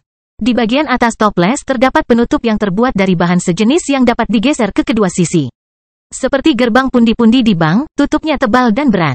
Karena dikunci oleh kunci spiral hidrolik, sangat sulit bagi satu atau dua orang biasa untuk membukanya. Ada pori-pori yang padat dan halus di tutupnya. Bau darah yang kuat keluar dari toples besar. Zhang Tai merasa pasti ada sesuatu yang sangat menakutkan di dalam toples besar itu. Memang ada sesuatu yang sangat menakutkan di dalam toples besar itu karena Zhang Tai mendengar suara gemerisik yang mengerikan dari dalam. Zhang Tai tidak membuka penutupnya, sebaliknya, dia hanya melirik ke dalam toples besar itu dengan mata bunga teratai karena penasaran. Saat melihat benda-benda di dalam toples, Zhang Tai merasa merinding. Ada banyak tikus berdarah di dalam toples besar itu. Memberikan kilau logam di sekujur tubuhnya, tikus-tikus itu menggerogoti dinding halus toples dengan gigi tajam. Dinding halus bagian dalam toples besar itu telah lama berlubang.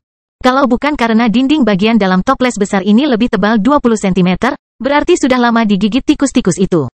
Ada beberapa helai kain putih, patah tulang berserakan, dan noda darah segar di dalam toples besar itu. Zhang Tai menyadari bahwa toples besar ini digunakan untuk menangani mayat di airbot. Zhang Tai akrab dengan tikus-tikus berdarah itu. Saat berada di hutan belantara es dan salju, Zhang Tai pernah melihat tikus-tikus yang bermutasi dari jenis yang sama. Meskipun tikus-tikus yang bermutasi ini lebih kecil dibandingkan tikus-tikus di hutan belantara es dan salju, mereka lebih destruktif dan fleksibel. Sambil mengamati rune-rune di atas toples besar dan tikus-tikus yang bermutasi di dalamnya, Zhang Tai menyadari bahwa bajingan yang disebut Tuan Muda itu mungkin ingin membudidayakan raja tikus yang bermutasi atau membuat tikus-tikus ini bermutasi sekali lagi. Zhang Tai segera mengingat surat yang ditinggalkan Cloud Crane padanya. Dalam surat tersebut, Cloud Crane mengungkapkan pendapatnya tentang budidaya jutaan tikus yang bermutasi untuk menghidupkan kembali usaha sekte hutan belantara besar di perbatasan selatan negara Taixia. Mengingat hal ini, Zhang Tai tahu bahwa tikus yang bermutasi cukup menakutkan. Apakah pemusnahan sekte hutan belantara besar ada hubungannya dengan gereja yang mencapai surga atau hanya sebuah kebetulan? Gemerisik yang terdengar dari dalam toples besar membuat seluruh tubuh Zhang Tai gemetar tanpa sadar. Setelah berpikir sejenak di dalam ruangan, dia menjalankan energi spiritualnya dan membuka tutup toples besar itu. Tutupnya terdiri dari dua lapisan. Lapisan bawah tutupnya dapat mencegah tikus yang bermutasi keluar dari toples besar. Mereka bisa memasukkan mayat ke lapisan bawah. Setelah itu, mereka menutup lapisan atas dan memanipulasi alat di luar tutupnya untuk menjatuhkan jenazah ke dalam toples dari lapisan bawah. Namun, Zhang Tai membuka kedua lapisan itu. Dalam sepersekian detik, tikus-tikus yang bermutasi itu keluar dari tutupnya dengan fleksibel. Zhang Tai bahkan tidak takut pada tikus-tikus yang bermutasi itu sebelumnya, apalagi sekarang. Zhang Tai menyuntikkan anjing laut hutan belantara ke dalam toples, sementara semua tikus yang bermutasi berlari ke sisinya seperti hewan peliharaannya. Setelah mengelilingi Zhang Tai, mereka semua menatapnya. Heller, bagaimana dengan tikus yang bermutasi ini? Zhang Tai bertanya pada Heller secara spiritual. Tuan Kastil, jangan khawatir, serahkan itu padaku. Jawab Heller. Ia sudah memahami pemikiran Zhang Tai. Sebelum Zhang Tai berkata, sudah lama kita tidak melihat makhluk hidup bermutasi yang begitu menarik di kastil besi hitam. Tikus-tikus yang bermutasi ini bisa membantuku menghabiskan waktu.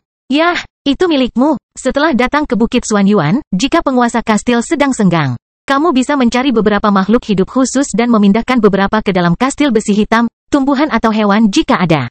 Mereka mungkin akan sangat berguna di masa depan. Benar, meskipun Anda tidak memperingatkan saya juga berpikir untuk meningkatkan beberapa sumber daya hayati. Tidak apa-apa, kita mendapat pencapaian yang luar biasa kali ini. Setelah menghubungi Heller dan mempertimbangkan persyaratan Heller, Zhang Tai telah memindahkan 2/3 tikus yang bermutasi ini ke Castle of Black Iron. Ratusan tikus yang bermutasi lainnya segera bergegas keluar ruangan setelah menerima perintah dari Zhang Tai ketika dia menunjuk keluar ruangan. Beberapa menit kemudian, setelah membersihkan jejaknya di airbot, Zhang Tai menemukan sebuah terowongan rahasia dan meninggalkan airbot melewatinya secara misterius dalam inkarnasi seekor kumbang kecil sebelum menyaksikan sebuah airbot tak berpenghuni yang sangat megah menghilang di hadapannya. Dengan kecepatan seperti itu, airbot ini bisa terbang sejauh 13.000 mil sehari. Esokan paginya, airbot ini akan sepenuhnya terbang keluar dari perbatasan provinsi Zhongzhou dan terus terbang ke arah barat. Beberapa hari kemudian, airbot ini akan meninggalkan wilayah udara negara Taixia dan memasuki wilayah udara liar di barat. Tanpa kekuatan luar yang kuat, airbot ini mungkin akan terus terbang seperti ini selamanya seperti kapal hantu. Adapun di mana ia akan mencapainya dan apakah akan jatuh ke tangan orang lain, itu tidak ada hubungannya dengan Zhang Tai. Zhang Tai yakin bahwa tidak ada seorang pun yang berani mencegah kapal udara raksasa tersebut memasuki wilayah udara negara Taixia. Bahkan jika beberapa ksatria bisa melihatnya setidaknya dalam waktu singkat. Ukuran dan kemegahan airbot ini mewakili identitas dan posisi pemiliknya di negara Taixia. Oleh karena itu, para ksatria biasa tidak berani menghentikannya. Tikus-tikus bermutasi yang ditinggalkan Zhang Tai di airbot bisa menelan semua yang bisa dimakan di airbot dalam beberapa hari, tanpa menyisakan tulang sama sekali dari orang-orang yang mati itu. Oleh karena itu, airbot ini ditakdirkan untuk menghilang di hadapan orang lain. Tak seorang pun akan mengetahui apa yang terjadi di kapal udara ini, kecuali Zhang Tai sendiri. Setelah melayang di udara selama beberapa detik, Zhang Tai dengan paksa mengepakkan sayapnya. Pada saat ini, Zhang Tai tiba-tiba menyadari bahwa kumbang kecil itu pasti tidak dapat mencapai ketinggian stratosfer dengan kemampuannya sendiri. Meskipun aliran udara di stratosfer stabil, namun agak berlebihan bagi kumbang kecil untuk memasukinya. Namun, sekarang Zhang Tai membawa kumbang kecil itu ke ketinggian ini, tentu saja dia bisa turun. Syukurlah, kumbang kecil itu pandai terbang sendiri. Meski begitu, Zhang Tai tetap tidak berencana membuat kumbang kecil ini terbang di stratosfer dan melakukan gerakan menakjubkan di udara. Dia baru saja membuat kumbang kecil itu meringkuk menjadi gumpalan kecil yang berat dan jatuh bebas.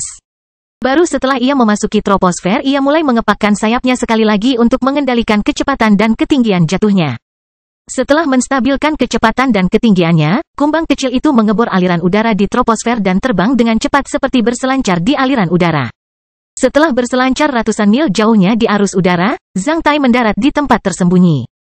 Setelah itu, dia bergegas ke langit dalam inkarnasi Cui Li sekali lagi menuju kota Zhongzhou secepat sambaran petir. Kastil besi hitam bab 1099, melompat dari kereta yang berlari. Iron Dragon Airbot perlahan-lahan terbang di langit yang cerah. Untuk kesan menonton yang lebih baik, Airbot naga besi bergerak perlahan dengan kecepatan sekitar 200 mil per jam. Zhang Tai berbaring telanjang di kursi berlengan yang nyaman dengan santai mengenakan kacamata hitam dan celana pendek longgar di bawah sinar matahari seperti sedang berlibur. Pada saat yang sama, ia sedang minum jus dan menyaksikan Bai Suxian berenang dengan riang dalam pakaian renang di kolam yang luasnya lebih dari 100 meter persegi di atas airbot seperti putri duyung dan terkikik dari waktu ke waktu. Di atas kolam renang, pelindung logam dan pelat pelindung telah terlepas secara otomatis, memperlihatkan langit terbuka melalui kisi-kisi kristal. Di atas Iron Dragon Airbot menjadi platform tamasya terbaik di airbot tersebut. Tidak ada kolam renang di pesawat lain manapun. Namun, ada kolam renang di setiap kapal udara yang lebih besar. Saat menyaksikan kolam renang ini, Zhang Tai harus memuji kemewahan negara Taixia. Karena airbot selalu terbang dengan kecepatan tinggi dan melakukan berbagai manuver, air di kolam renang hanya dapat disimpan di tempat penyimpanan aktif pada waktu normal. Bila perlu, air dapat dialirkan ke kolam renang dan dipanaskan hingga suhu yang sesuai sehingga orang yang berada di dalam airbot dapat berenang dengan nyaman. Saat ini, kapal udara naga besi telah meninggalkan kota Zhongzhou selama 5 hari. Zhang Tai sudah lama melupakan peristiwa yang terjadi di prefektur Longqi, Provinsi Zhongzhou. Adapun murid-murid sekte naga besi yang berada di perahu udara, ketika Zhang Tai meninggalkan perahu udara, mereka semua berpikir bahwa tuan mereka sedang berkultivasi di perahu udara naga besi. Budidaya jangka pendek seperti itu terlalu umum bagi seorang ksatria bumi. Oleh karena itu, murid-murid Zhang Tai tidak terlalu memikirkan hal itu. Selama periode itu, Iron Dragon Airbot mengisi kembali perbekalannya di kota Zhongzhou. Pada kesempatan ini, murid-murid Zhang Tai berkeliling kota Zhongzhou dan mencicipi semua makanan enak di kota. Setelah benar-benar menghilangkan rasa lelah yang disebabkan oleh pelatihan bertahan hidup selama 1 bulan, ketika mereka kembali ke airbot, suasana menjadi aktif kembali. Hanya Bai Suxian yang tahu bahwa Zhang Tai tidak berada di kapal udara pada hari-hari itu. Namun, Bai Suxian juga tidak tahu di mana Zhang Tai berada. Dia hanya tahu bahwa Zhang Tai tampak lebih santai ketika dia kembali seolah-olah dia telah menyelesaikan masalah yang telah lama membebani pikirannya. Ini adalah pertama kalinya Bai Suxian melihat perubahan seperti itu pada Zhang Tai. Sebelumnya, sejak mereka berkenalan satu sama lain di alam elemen tanah, Bai Suxian secara intuitif merasakan bahwa Zhang Tai tidak sepenuhnya santai meskipun dia sedang tertawa dan tertidur sendirian. Dia merasa Zhang Tai selalu depresi dan waspada. Pikiran Zhang Tai seperti tirai besi abu-abu tebal yang tidak bisa dilihat sama sekali. Namun, setelah Zhang Tai kembali kali ini, Bai Suxian menyadari bahwa Zhang Tai menjadi lebih cerah dan santai. Tirai besi abu-abu tiba-tiba menjadi sebening kristal yang tidak membuat orang depresi sama sekali. Sebaliknya, itu mengungkapkan esensi dari seorang anak laki-laki yang besar dan lugu. Bai Suxian tidak tahu apa yang telah dilakukan Zhang Tai.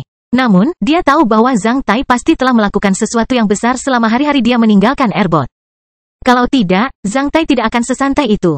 Namun, meskipun Bai Suxian yakin bahwa Zhang Tai telah melakukan sesuatu yang besar selama periode itu, dia bertanya-tanya mengapa tidak ada berita besar di kota Zhongzhou yang mendapat banyak informasi selama beberapa hari ini. Saat ini, semua berita utama di kota Zhongzhou adalah tentang lembah Pingsha. Namun, tidak ada hal baru. Sedangkan Bai Suxian tidak menanyakan hal itu kepada Zhang Tai karena dia pintar. Setelah Iron Dragon Airbot meninggalkan kota Zhongzhou dan Zhang Tai meninggalkan ruang budidaya, suasana di dalam Airbot mulai menjadi aktif.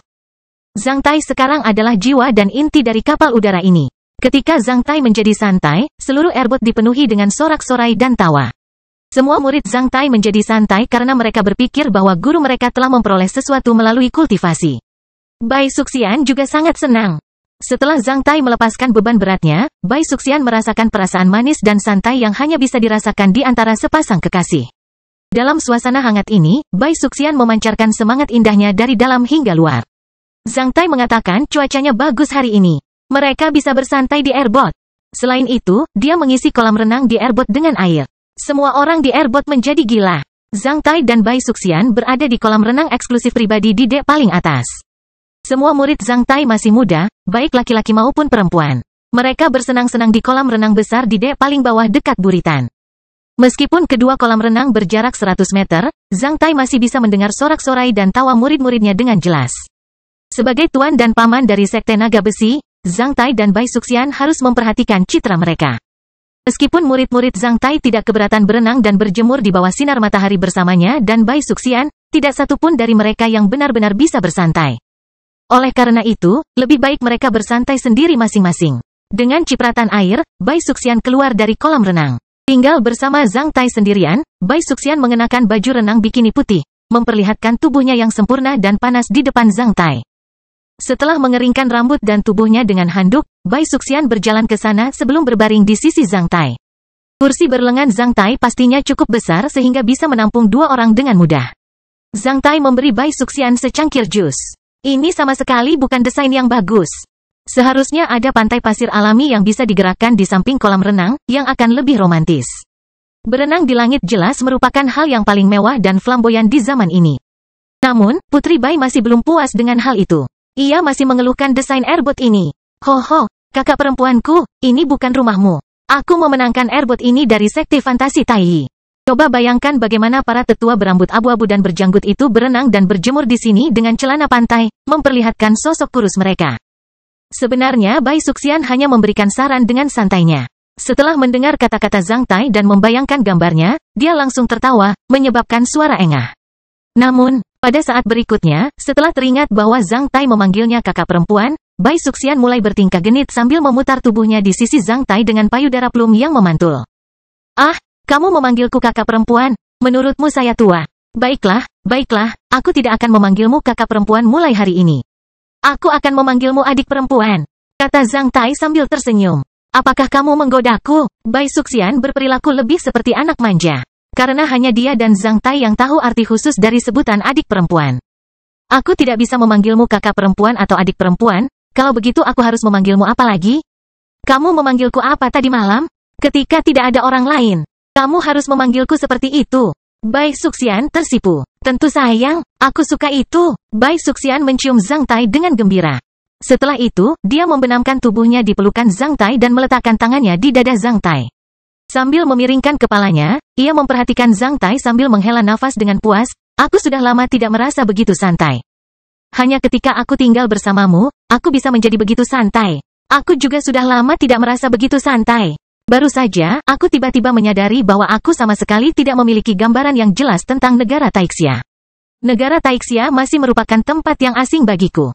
Ada begitu banyak kota-kota dan orang-orang di negara Taixia.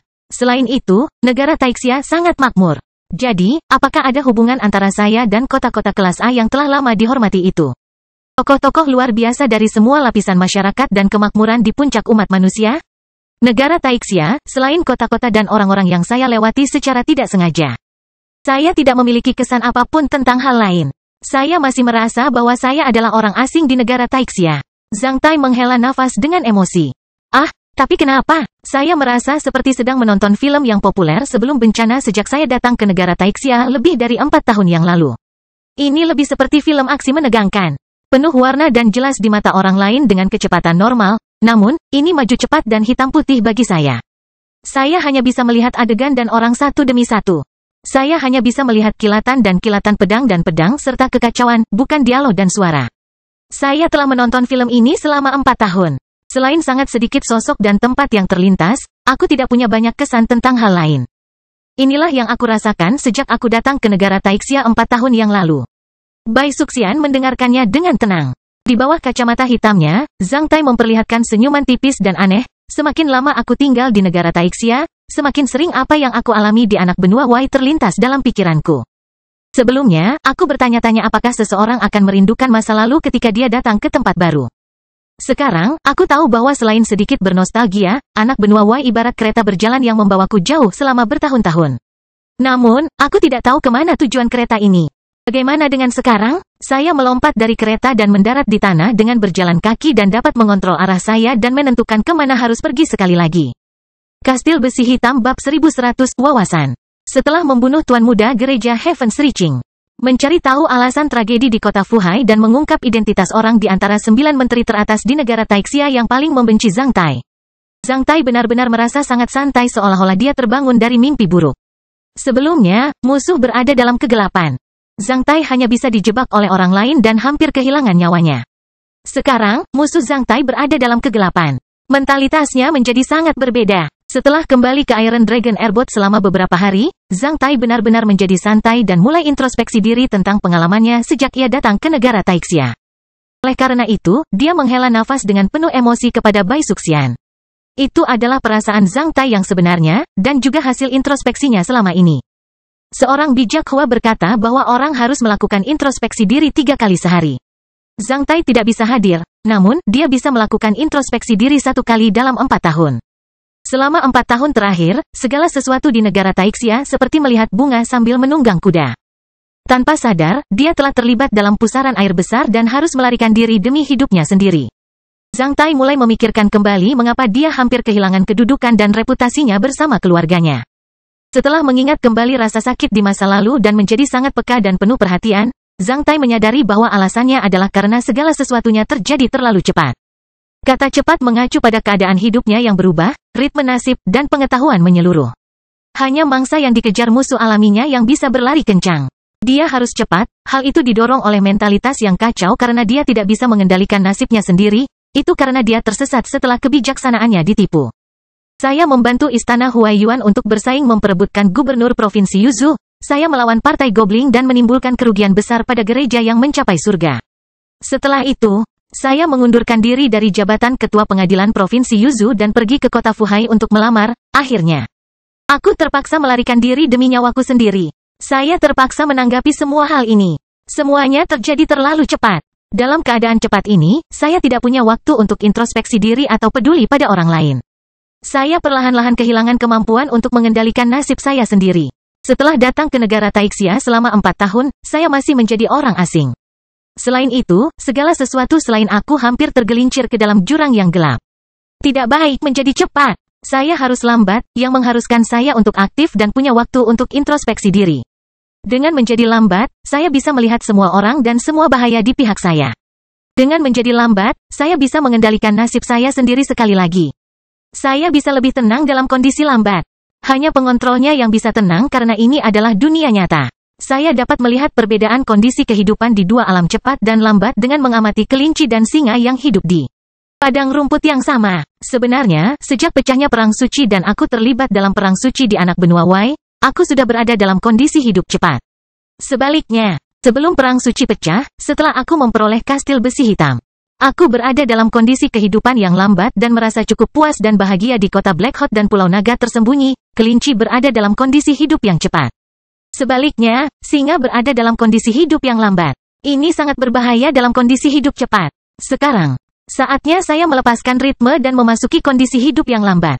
Setelah mendapatkan pengetahuan seperti itu, Zhang Tai merasa jauh lebih baik dan menjadi lebih cerah serta lebih santai akhir-akhir ini. Dia secara bertahap menemukan lebih banyak hal di masa depan dan dapat melihat dengan jelas orientasinya di masa depan. Hal pertama yang dipikirkan Zhang Tai adalah bagaimana cara berkultivasi di masa depan.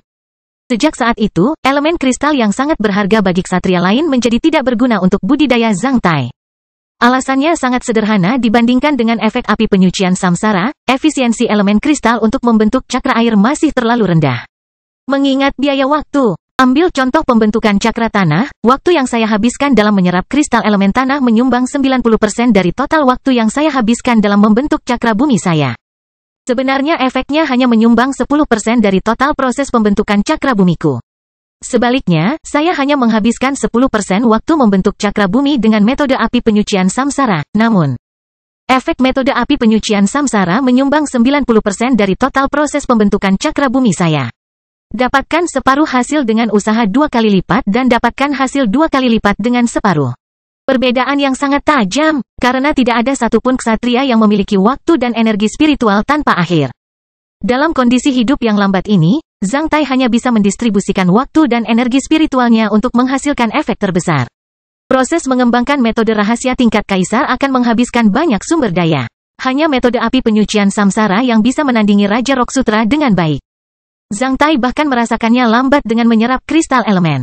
Belum lagi menyerap kristal elemen dari alam elemen melalui budidaya saja yang akan kurang efektif dengan biaya waktu yang lebih tinggi. Dalam kalimat yang populer di kalangan masyarakat Hua sebelum bencana, kedua cara budidaya tersebut sama-sama merupakan cara produksi terbelakang. Setelah melepaskan dua mode kultivasi yang efisiensi rendah, Zhang Tai menyadari bahwa ia telah melepaskan diri dari kesibukan kultivasinya. Hasilnya, dia punya lebih banyak waktu luang dan menjadi lebih bersantai. Dalam kondisi waktu luang, Zhang Tai dapat mengalokasikan waktunya secara fleksibel untuk meningkatkan wilayahnya dalam berbagai keterampilan bertarung dan metode rahasia, serta menemani anggota keluarganya. Dia juga bisa menorehkan prestasi dengan melakukan perjalanan melintasi gunung dan sungai di negara Taixia. Setelah melawan Nangong Seng, pertapa angin kencang yang juga merupakan master dari sekte posisi tinju abadi, Zhang Tai sangat merasakan bahwa dia tidak dapat membuat kemajuan lebih lanjut hanya dengan menutup pintu rumahnya setelah berpromosi menjadi seorang ksatria bumi.